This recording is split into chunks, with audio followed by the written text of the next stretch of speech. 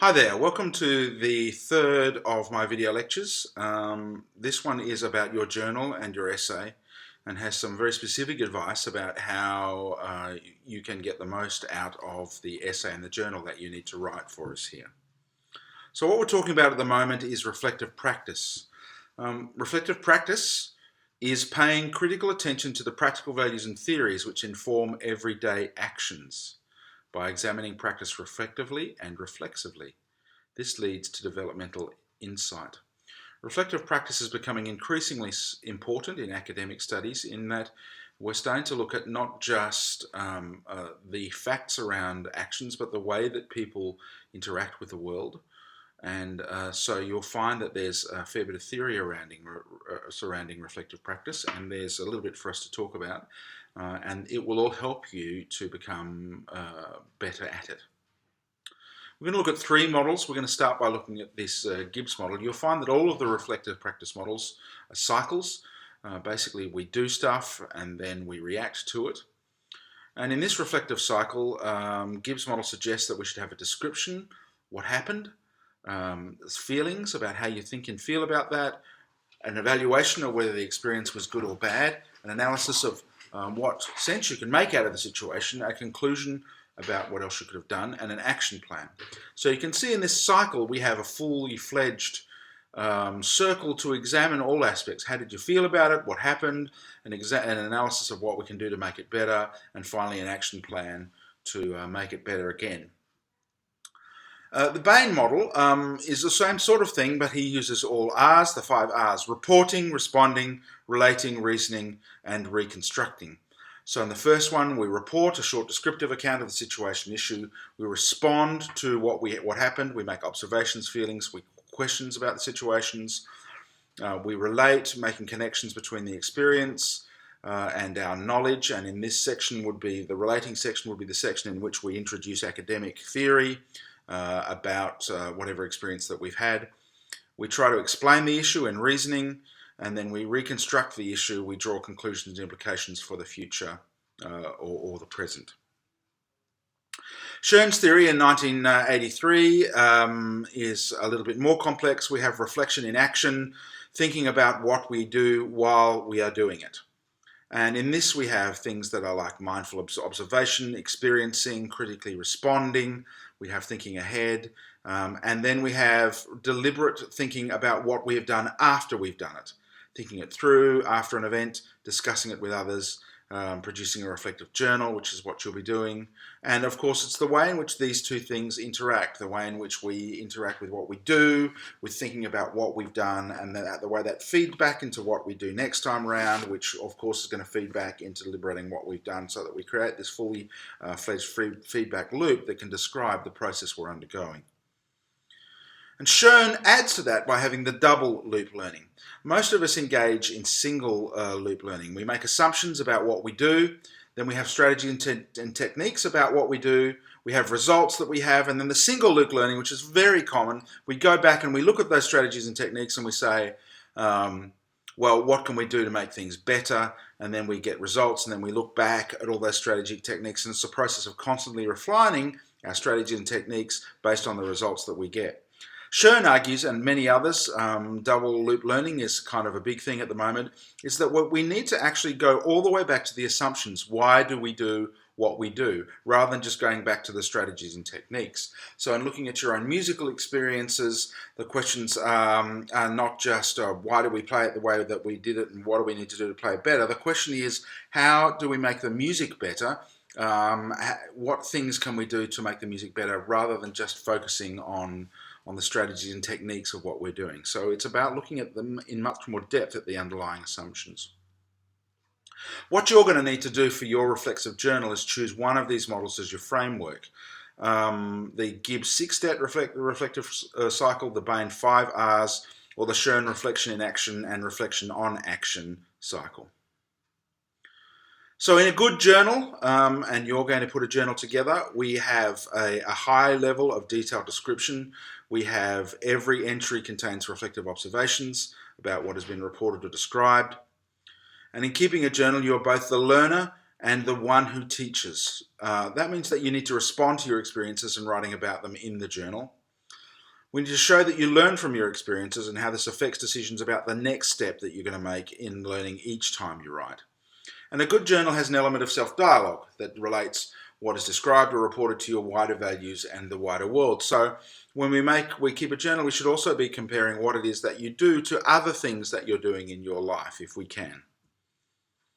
A good journal develops focus themes of concern or interest and focus on these to the end of the process. And the level or quality of reflection should increase over time because as you do things, you should get better at them. So the purpose of your journal is a reflection for positive change, and it's to track your experience and learning trajectory and forms the basis for your written report. So as part of this process, what you're going to need to do is take a reflective journal, and I would suggest that what you should be looking to do is write in this journal after each one of your rehearsals.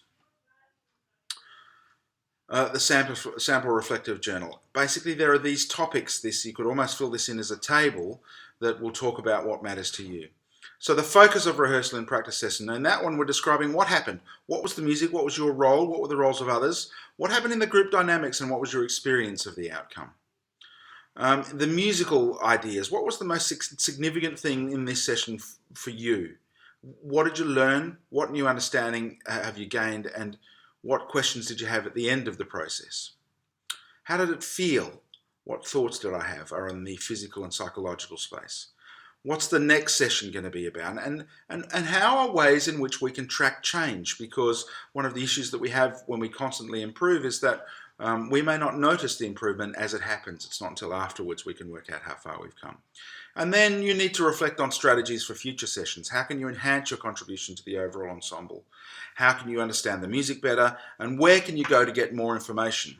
And what sort of resources do you have to ensure that you are in great shape for the next session? I've got rather a wordy slide here, and I'm going to read through this because there's an important thing about the way this journal would work. This is a sample, an actual journal entry, and this is, I'll break this down in a minute. We began the session by getting to know each other. We sat in a circle and threw a tennis ball around, calling the name of the person we were throwing to. This helped us learn each other's names and become comfortable with each other. Next, we started learning about beats and counting.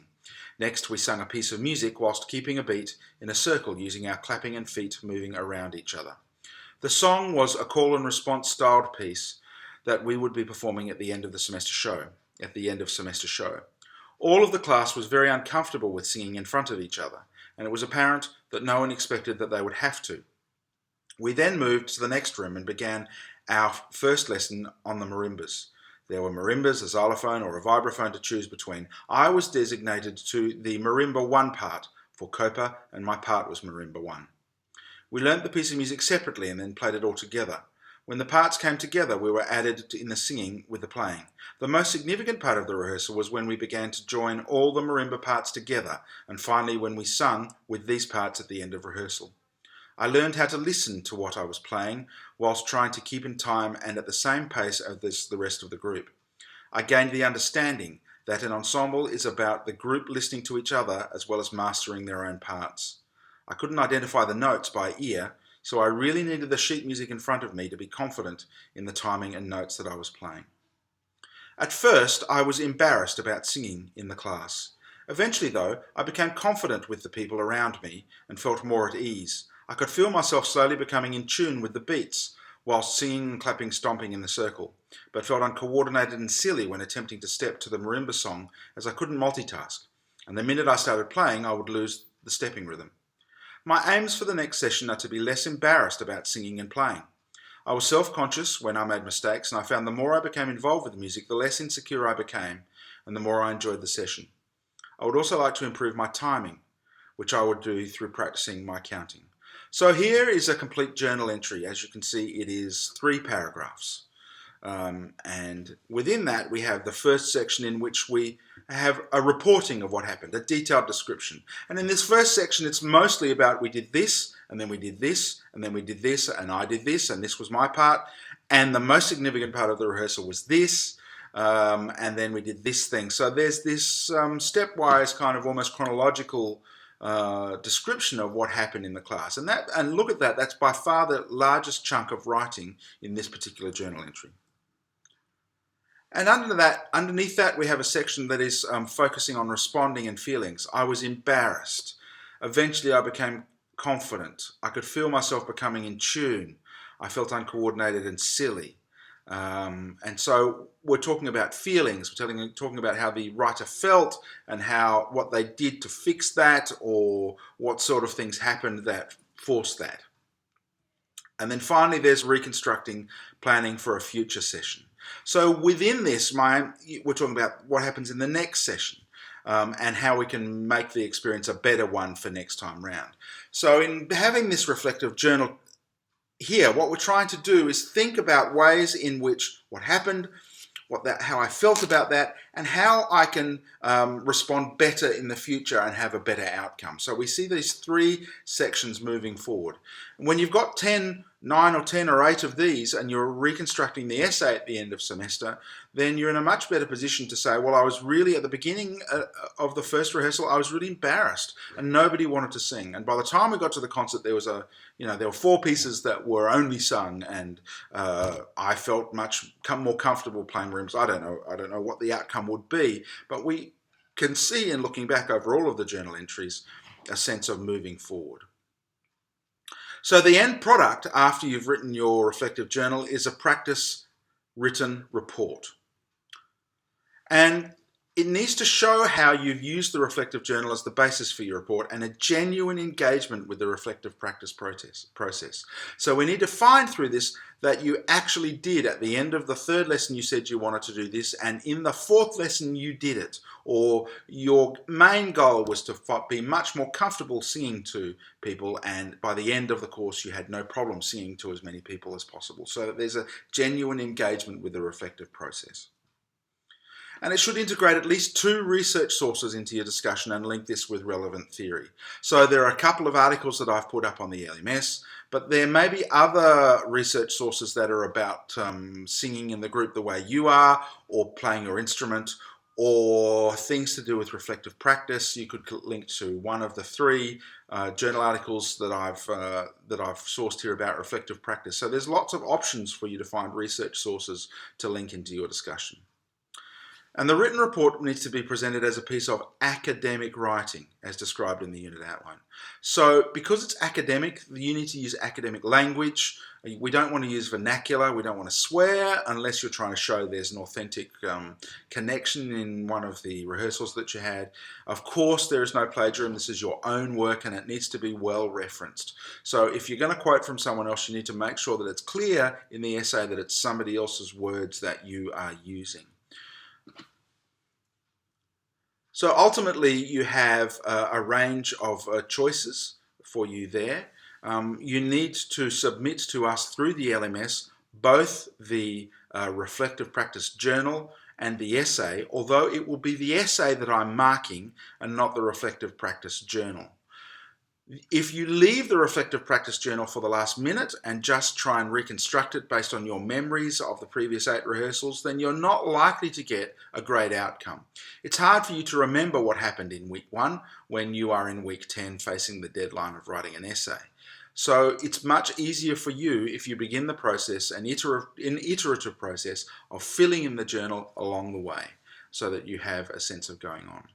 And if you have a look on the LMS, we have a series of frequently asked questions, and hopefully soon some exemplars up there for you to see, so you can see what it is that I'm looking for in an essay. But if you have any questions, feel free to email me or come up to my office here on the 2nd floor of the School of Music, and I would be more than delighted to see you. See you later.